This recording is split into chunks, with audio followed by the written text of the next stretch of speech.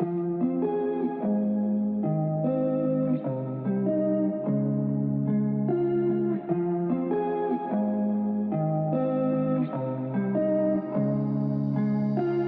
right, so here we are. I'm really excited today to be starting this conversation around telekinesis.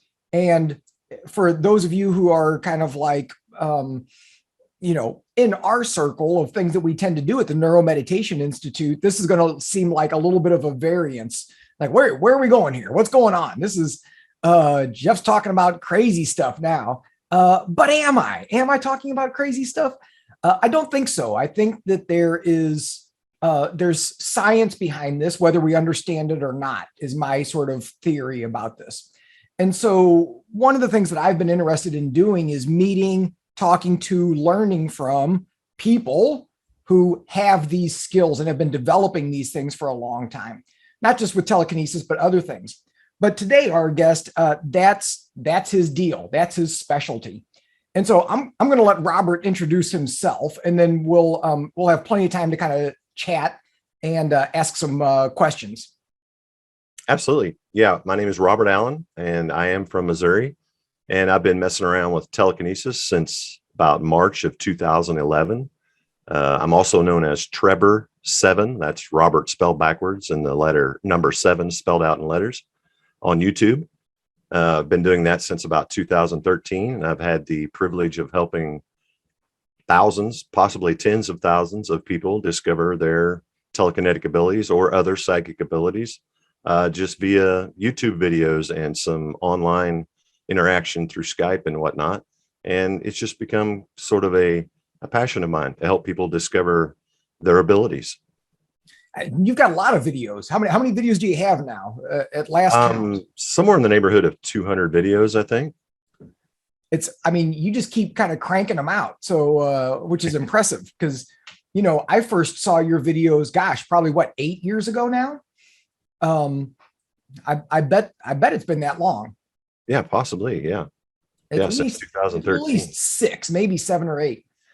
And yeah, it looks like you've just kind of continually been sort of like putting out good content. So I've taken a few hiatuses in there, few distractions here and there, but I try to keep the uploads frequent enough just to keep people interested in things.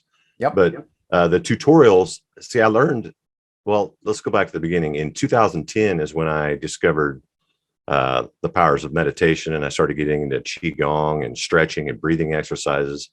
And the following year, 2011, about springtime again, stumbled onto a video of a person spinning a psi wheel, which is basically foil or paper on a needle, by cupping their hands around it. And then after about 6 weeks of messing with that, I discovered I could do it without my hands, so I could get rid of that, it's the heat from your hands theory that everybody gets stuck on. And then I dabbled in it for, almost 2 years. About a year and a half before I told anybody about it. And then I shared it with my family, and I taught my youngest daughter to turn a psi wheel and my son to turn a psi wheel. And I thought, hey, there's other people out there that want to know this. So I made some tutorials, posted it on YouTube, and the rest is history, as they say. Yeah. So what was it that, so obviously you saw somebody doing this, spinning a psi wheel, but like, why did that like grab you? Like, what was it about that you're like, I want to do that? Well, the thing was, after doing some Qigong and meditation, I was feeling subtle energy. Like I could feel energy between my palms, and I could sense things without seeing them, like something would start to fall. And I was just starting to get these, I wanted to find a use for this external sensation that I was getting. And I think the search phrase was, chi exercise or chi uses for chi or something like that. And as soon as I saw the psi wheel, like, oh yeah. So I stumbled onto it. It wasn't like I was, looking for telekinesis. It just kind of found me when you know how it is, when you get your energy ramped up and your brain waves slowed down, you can kind of do things that you can't normally do in your normal state of mind. Uh-huh. And so that leads me to one of the questions that I've thought about, because, I've looked at some other people who, are engaged in similar things, right? Like I'm sure you've seen Carolyn Corey's work and her documentary that she came out with a few years ago. I forget what it was called. Supernatural. No, is that what it's called? Supernatural? No, I can't think of what it is. Anyway, she's got kind of a telekinesis kind of aspect to what she does and what she showed in this documentary. And so she's got her own kind of angle and approach. So one of the questions that I had was, do you feel like the ability to move things with your mind, or, and it's not even just moving things, right? Because I've also seen you like snuff out matches and things like that, right? So, so do you feel like that is actually sort of this energy, this sort of like chi energy that you're moving, or does it feel like it's mental and you're using your hands to kind of help that feeling? Or is it both? I think it's a 3-part thing. I have a little recipe. I call it empathy, mindset, and energy. And my strategy is I'll do energy work to get my internal energy all ramped up. I'm a pretty big fan of transcendental meditation after that, just to get the mind cleared and slowed down. I also do, it's called microcosmic breathing. That really gets things cranked up. I even mess with the Wim Hof. Have you heard of him? The Iceman. Yep. Mess with that. That'll get that'll make you dizzy and stuff too, but that will really ramp your chi up. So I would get this internal energy all ramped up and then slow my brain waves way down. And then I would just use empathy with the target to make the connection. And the rest of it just seems autonomic almost, or automatic. It doesn't seem like I'm actually doing it. I'm not fully in control. I mean, I am to some degree, but it's still to this day often feels accidental. But it's not. I hear a lot of people describe telekinesis as moving things with your mind, but I think the mind is just a small part of it, or an important part of it, a third of it, like empathy, mindset, energy. But not until I get everything balanced and stuff do things really start working for me. And after you exercise this, it kind of seems like a muscle that you're not used to using. It opens up other things. Like I got into the extrasensory perception, remote viewing. All these psychic abilities seem to be interconnected somehow. They're, different applications, but somehow connected with this right frame of mind, the energy ramped up, and keeping your emotions and thoughts subdued to a degree. I always tell people it works in the low beta to upper alpha range. I, of course, have no way of knowing that for certain. We can measure that. Seems like if it seems like if I'm real cognate and I'm using my bifocal vision and all that stuff, nothing's going to happen. It does have something to do with your energy, your mindset, and your emotions. So it sounds like when you're talking about kind of the right mindset, it sounds like part of that, if you're talking about like transcendental meditation, is kind of clearing out a lot of the clutter of kind of day-to-day thought, right? Like you're not engaging in thoughts about yourself and your day and your work and all that stuff. You're trying to kind of like move out of your awareness for the moment. Absolutely. Yeah. Yeah. When I'm doing telekinesis, time and space and all that stuff just seems to disappear. It's kind of a sacred time. I tell people I feel closest to God when I'm doing telekinesis because there's no me. It's just like a universal mindset type thing. Everything is connected, this unity, it doesn't really matter. But as soon as I throw thoughts and ego and emotions and stuff into it, it all just kind of crumbles. So then it doesn't work. Right. Yeah. And that's why I have a hard time doing it in front of strangers or on demand or put on the spot or, things like that, because my emotions, and I'm a feeler. I'm a very sensitive guy anyway. So if there's skeptics nearby or, somebody that's too anxious for me to do it or all these things come into play. So it's really kind of a solo sacred thing that I do. I have had the opportunity to do it a few times in front of people, and I get mixed reactions. I get doubt, I get fear, I get a lot of questions, but it affects people differently. But I think it's something you need to experience in a solo situation and just become accustomed to it. And it does feel natural. I think it's something, I don't think we actually remember. We don't actually learn telekinesis. It's more like we remember it. How we have our, I'm trying to think, autonomic system, I think that's what it's called, that runs like our breathing and our heart. Yep. Okay. It's kind of like that. And not so much the sympathetic part of it, the fear and flight and all that part of it, but more of the nervous system on the inside where things just do things intuitively. I can anyway, raise and lower my heartbeat, do different things affecting your body. And I think it's connected somehow with that portion of our abilities, just a natural ability, innate ability that's already there. So it's more like kind of either just remembering how to connect that way. Yeah. Yes, exactly. Yeah. Yeah. So it's interesting because, so you talked about the mindset and, kind of using meditation and, learning how to kind of like quiet down all that noise. So in our system, we kind of have 5 different styles of meditation. And so that would kind of fall in our category of quiet mind, which is one of the styles, right? Of where you're sort of like, trying to kind of tap into this spaciousness. You could call it emptiness, but I like spaciousness. So the other part that you brought up was kind of ramping up your energy, which is interesting because I could imagine some people might hear those as contradictory. It does seem that way. Yeah.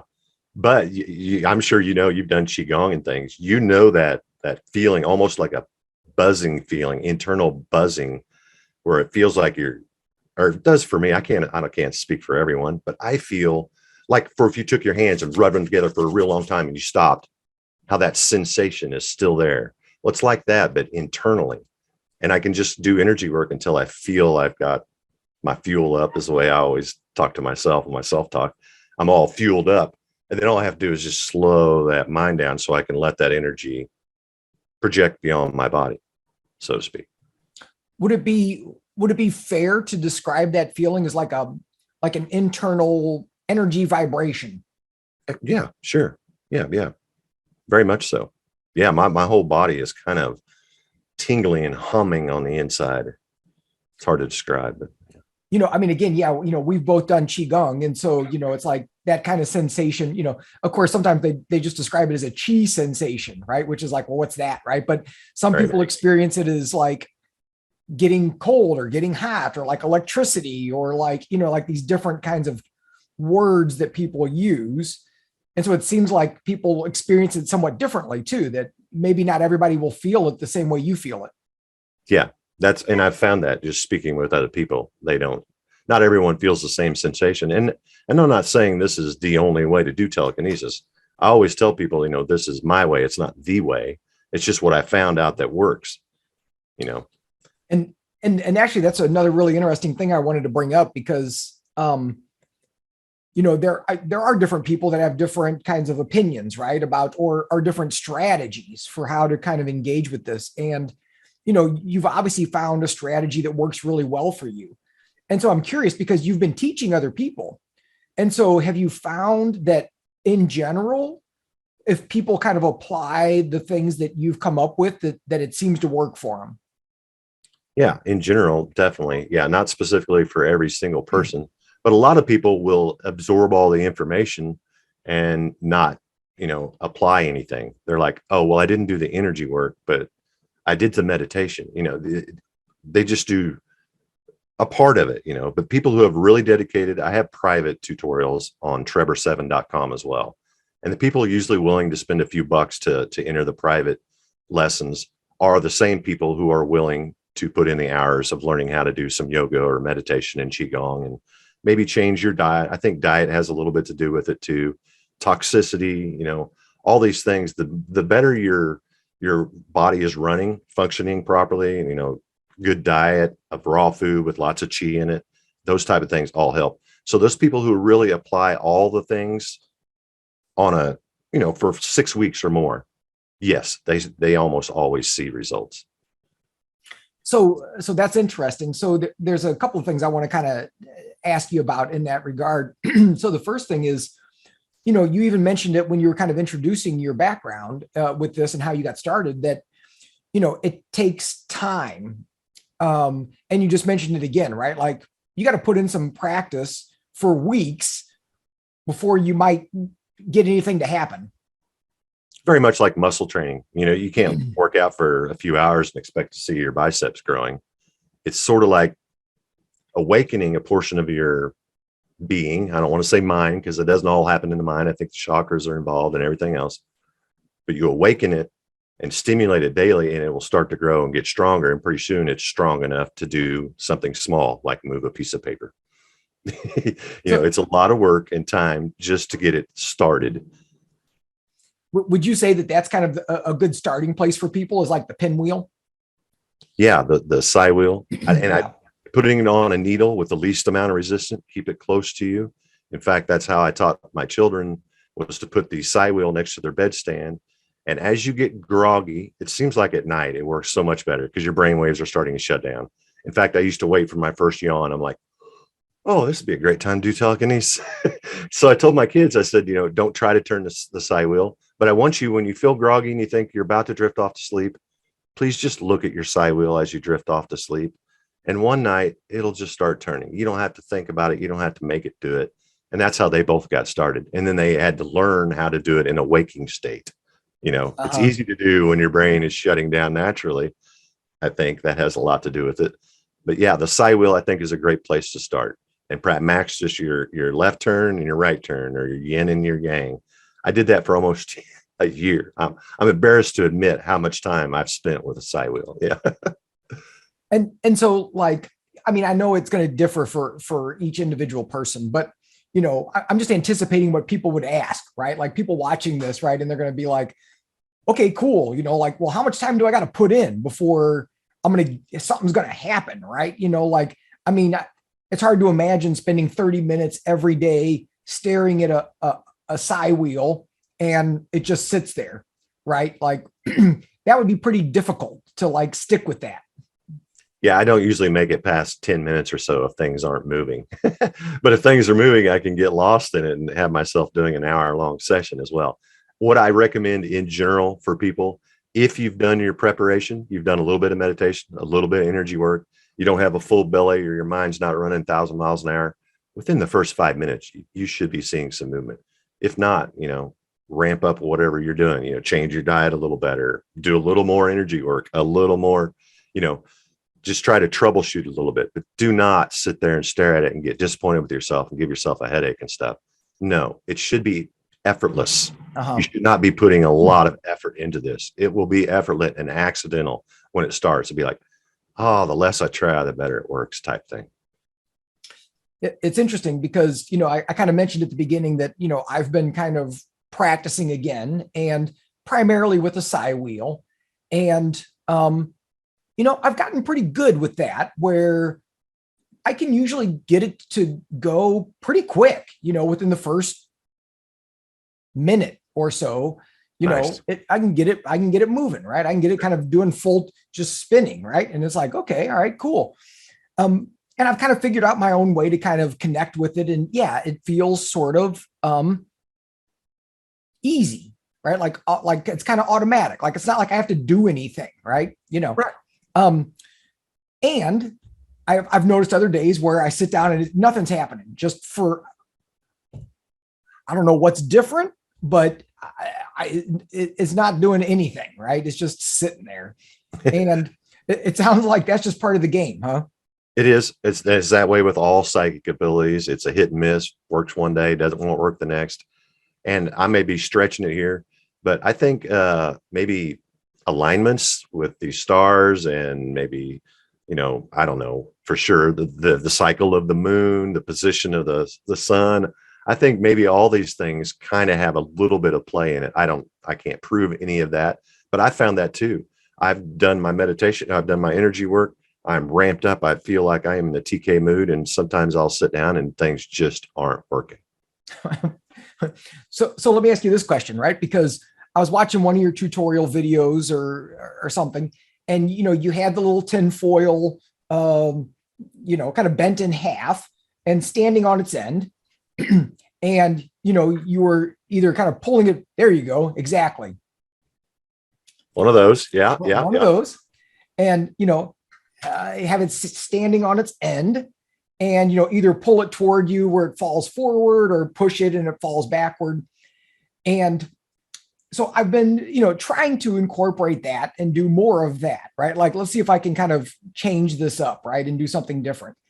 And there was like one time that I had some success. And other than that, it's like, I am not getting anything you know, and so that strikes me as weird, right? That it's like, okay, I can get the side wheel to move pretty easily, but then you give me this other task and nothing. So here's the thing with your side wheel. Your left and right turn, that is teaching your push and your pull. And we have to get used to using those energies with intention. And when you're pushing and pulling a standing target, you noticed in the tutorial how I taught you how to open it up to make the threshold to where it's just almost ready to fall over on its own. That gives it about the same resistance as a needle touching it. So that's a good step. You know, if you're not having any luck pushing or pulling, you may just try to open that up and make your target a little easier to move. But yeah, that's definitely a huge step in the right direction. Pushing, pulling, and then the next step will be rolling things. But yeah, you're on the right track. That's a good idea, right. Moving from the side wheel right to the push pull. So what would you say is the coolest thing you've been able to do? Help other people heal themselves. Oh, well, that's a great answer. I meant like, what kind of cool thing could you move around or do? So here's the biggest thing I ever influenced, and I can't, you know, I try not to speak of things I don't have on video. There was a storm out in the woods. I have a little 10-acre farm, and there's a tree that fell and was teetered. It was up there quite a way. A limb had fallen, and it was teetering just a little bit, you know, here and there. And I wanted it down bad because I didn't want it was over the trail. I didn't want it to fall on people. So I stopped. I did a little bit of, you know, breathing exercises. I meditated a little bit, and I started moving it until it fell off. And I think that was probably the coolest thing. There was no witnesses. I can't prove that I did this, but it was neat. It was practical. It was something I needed done. I didn't have to climb the tree. I used my psychic abilities to do something practical. But I've done a lot of cool stuff. Yeah. And I try not to mention anything that I don't have on video. The coolest thing that we have on video, we used to, not so much anymore, but every Sunday I used to meet with a group of fellow practitioners, and they were from all over the place: Washington, Kentucky, Missouri, California, lots of different places. And we had one guy join us from Italy, and he was dead set on us moving something at his house. And we were thinking, he was thinking a side wheel. And I'm like, well, you know, you move the side wheel on your own. There's no way to know if that's you moving it or us moving it. Let's try to flicker your light, the light that was in view of his camera. And after about 4 or 5 minutes, it flickered a few times. Like, I was so ecstatic about that. I think that was way cool. And I do have that video on my channel. It's like a 1-minute video or something. But yeah, that was pretty neat. I think it's a miracle every time something happens. It's all fascinating to me. Seeing someone move a side wheel for the first time is super exciting for me, just like it is for the person who did it. I feel so good to see them. You finally got your energy to go on beyond your body with your own intentions, telling it what to do. I said, that's how we can change the world, you know? Yeah, that's super impressive, right? That you could move like something so big, right? And I, you know, it makes me wonder, right? Like, your thoughts about this. Is it kind of like, you know, I mean, obviously there's analogies to Star Wars and using the Force, right? And, you know, the whole lesson that Luke has to learn, right? He's like trying to pull the thing out of the water or whatever's going on. And, you know, and basically the lesson I got from that was that he was in his own head, right? He was thinking that he couldn't do it because it was this big object. And so it was all just psychological. Like, if he could get rid of the idea that's like, I can't do this because it's too big, then it is possible. But somehow you got to sort of get your mind around that idea that it doesn't matter. That size doesn't matter. Weight doesn't matter. Right. Yeah. Yeah. If it works at all, it works on everything, you know, you would think. But it's hard to get over that. You know, your mental mind knows something's heavy, therefore it's harder to move. It's really hard. That's something hard to overcome. That's why I usually just tell people to keep it simple, keep it light. If you move anything, it's a miracle. So the one part, you know, your 3-pronged approach. We talked a little bit about, you know, kind of the energy part and the mental part, but we haven't talked about the empathy part. Can you explain that a little bit more? Well, this takes a lot of imagination on the empathy part of it. We start with familiarity, and I mean very familiar. Let's take the piece of foil, for example. I would spend a good 5 to 10 minutes feeling and observing this piece of foil as if I'm like a a 3D scanner and I'm going to make an exact replica of it.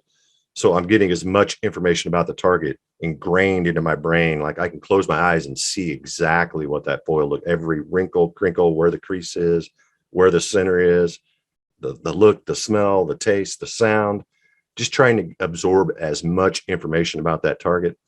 And then the empathy part of it is just going to take a lot of practice and time and dedication. I think I'm better at it because I'm somewhat of an empath. I kind of feel and sense energies a little more so than maybe the average Joe.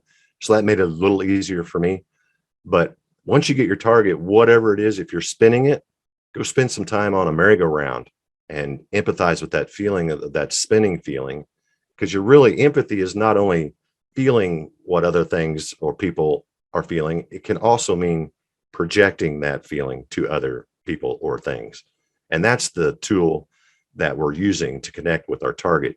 So the empathy part is huge. I dedicated a whole page. I have a free website, telekinesisschool.com, and I dedicated a whole page to trying to describe this bonding, this, like I said, the extreme familiarization and these things to help people do that. Because that is one of the hugest stumbling blocks. Anybody can eat right, anybody can do energy, and anyone can slow their brain waves down. But empathizing with an inanimate object takes practice. So beyond familiarity, it sounds like there's also some sort of a connection that you're making with the object, some sort of energetic connection. Mm-hmm. And that's part of it, bonding. Like if you use something you carry with you all the time or something you handle a lot, that's a great TK target. A lot of my students would carry the foil they're going to work with in their back pocket all the time when they're not using it. So then when they pull it out, it feels like maybe some of your energy is in this thing already. And then it's easy to connect with yourself, So yeah, this is all theoretical, but I do have some experience to back it up that it does help people to bond with the targets to get a connection. I was curious about visualization, if you find that to be useful, sort of imagining whatever it is that you're hoping will happen, sort of seeing it in your mind as best as you can. I did that a lot when I first started trying to push and pull, and it didn't seem to work nearly as well as the empathy. If I would stick with the feeling. I'm sure everyone's done it, leaned back too far in a chair, and that little, you get in your tummy when you've gone beyond your balance point. I would start using that feeling, that little, when I was trying to tip things, and that little conveying that feeling was easier than trying to convince by repeatedly seeing the thing fall over, because then you start thinking too much and trying too much. So for me, it was more about the empathy. But I do have students that are very visual people, and they use visualization. And I have musicians who say they silently hum a tune or a pitch or something like that. So you can do it audibly. You can do it through your emotions. You can do it through your vision. You can do it through your mind. There's no set rule. Just keep experimenting and finding out what works for you is what I highly recommend for everyone. And maybe that's a good place to wrap this up, right? Is that, sounds like based on what your experience and kind of what I've seen and observed from other people in different realms of psi work, is that to some degree, you got to kind of find your own path. There's some guidelines and there's some things that'll probably help, but in the end, you kind of have to figure out how you work. It is definitely an inside job. Yeah, it's an inside job. I love it. I think that's a perfect place for us to tie this up. So where can people, one more time, kind of find you and what you're up to? Trebor7 on YouTube, Trebor7.com for private tutorials, and telekinesisschool.com for free tutorials. And I do offer some sacred supplements at sacredsupplements.com that tend to be side boosting related. They're all natural supplements. You don't have to buy them from me. There's tutorials to learn how to make them for yourself. But I get a lot of good results and feedbacks for people who try Ormus. So if you've never heard of Ormus, that's a whole other can of worms. Maybe we can get into someday. But for those who don't have tons of time for meditation and energy work and are kind of looking for something to boost their psi abilities, you might look at sacredsupplements.com as well. But most of my stuff is free. The YouTube channel will get you where you need to go to get your psi wheel spinning. Awesome. I think this has been super informative, and I'm still looking forward to the day when I can get back to Missouri and get over there and hook your brain up. and see what's going on. So hopefully you're still open to doing that. I'm as nervous as I ever was about it, but I do want to do it. Well, if nothing happens, nothing happens. But it seems like it'd be really interesting, I think, and useful to figure out, what is changing in your sort of how your brain/mind operates when you're actually engaging in these psi abilities.